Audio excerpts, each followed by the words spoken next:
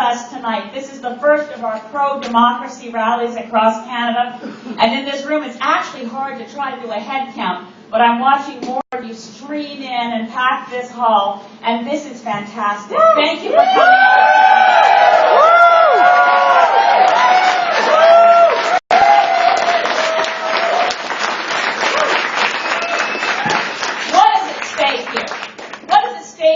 Is not about it's good for the Green Party or bad for the Green Party to be excluded from the national televised leaders debate. What's at stake here is what it means to Canadian citizens. If a party by 1 in 10, and that ECOS poll today leaves us at where we pretty much have been for the last year or so at over 10%, around 10%, we're still holding on for 9% of the popular vote, despite the fact that not only were we not invited to the leaders debate, in a lot of the national media, we seem to have been not invited to the election.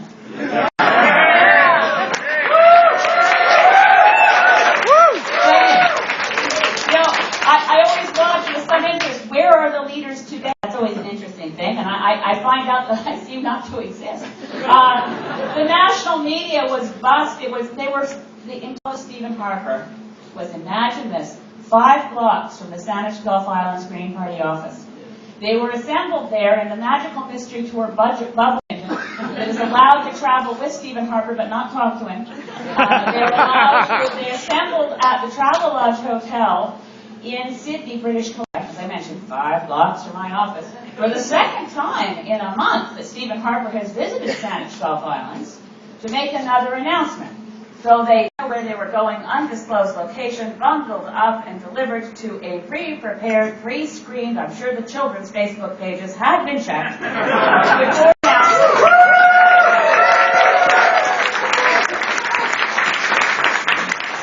Before he announced something that's been on our platform for 4, 5, 6 years now, and he didn't even actually announce that he would do it. He'd only do it maybe promising if there is the date that they eliminate the deficit, income splitting. So there we are. And I was astonished that the media coverage failed to mention, isn't it interesting that the Prime Minister of Canada has twice in a month visited this southern Vancouver riding? What could be the reason? The national media coverage failed to mention. He was there in late February, he was there in late March. What would compel Stephen Harper to make 2 visits in a month to a riding held by one of his cabinet ministers? I think it's because they're worried. I know.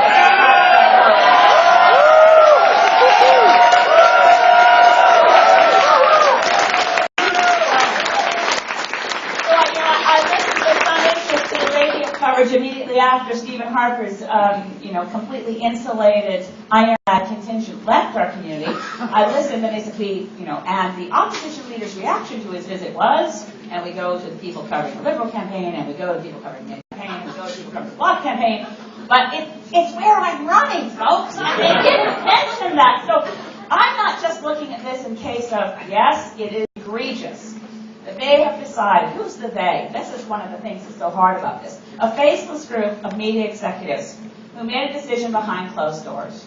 Now, I'm not against media. There's a lot of you in the room. I'd love to hear it. But one of the things are, now what issues will never come up in the leaders' debate if we don't get in?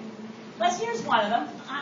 In our section on true democracy, and this was prepared long, we were not anticipating being excluded from the debate. But after 2008, the issue was settled and we would be included. But we actually speak.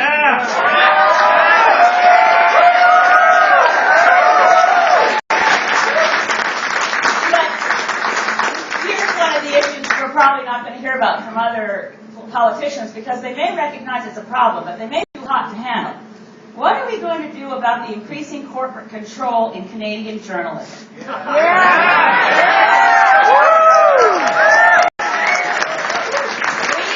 committed to expanding the Broadcasting Act and the Competition Act so it can actually look at the problem. The first Canadian Royal Commission looked at back in the time of Keith Davey, and the second Canadian Royal Commission looked at in 1981 under Tom Kent. They found that the extent of media concentration of ownership was dangerous and unhealthy in a democracy, and that was before Conrad Black bought everyone. Right? This is a serious problem. If we want to help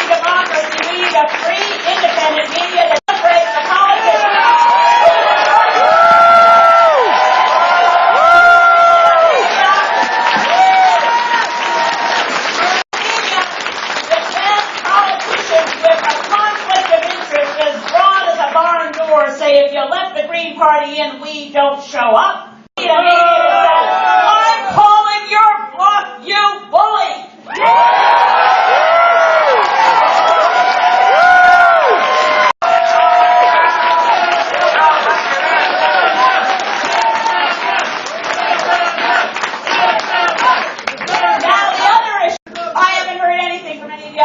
About the situation in Afghanistan. We're calling for a peaceful solution. And yes, folks, we think we have a role in Afghanistan beyond this year in UN peacekeeping, and with a significant effort to clean up corruption in the Karzai government and to find ways to help the people of Afghanistan get out of it. That's a goal. Protect women's rights and assist the people of Afghanistan get out of poverty. Beyond that, poverty is a significant issue, and I'm not hearing of global poverty in this campaign. I haven't heard one party mention the Millennium Development Goals. I haven't heard one party say that we must restore funding to Planned Parenthood, to Match, and to Kairos now.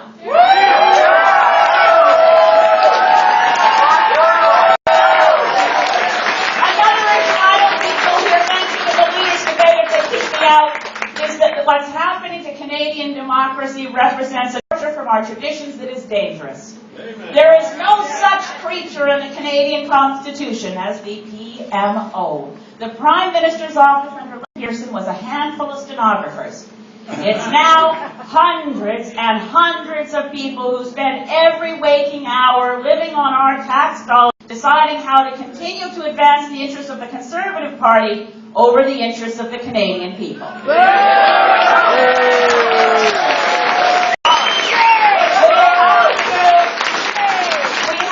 look at the health of our democracy, and we have to be a pro-democracy movement that liberates each and every one of the 308 members of Parliament. No matter what party,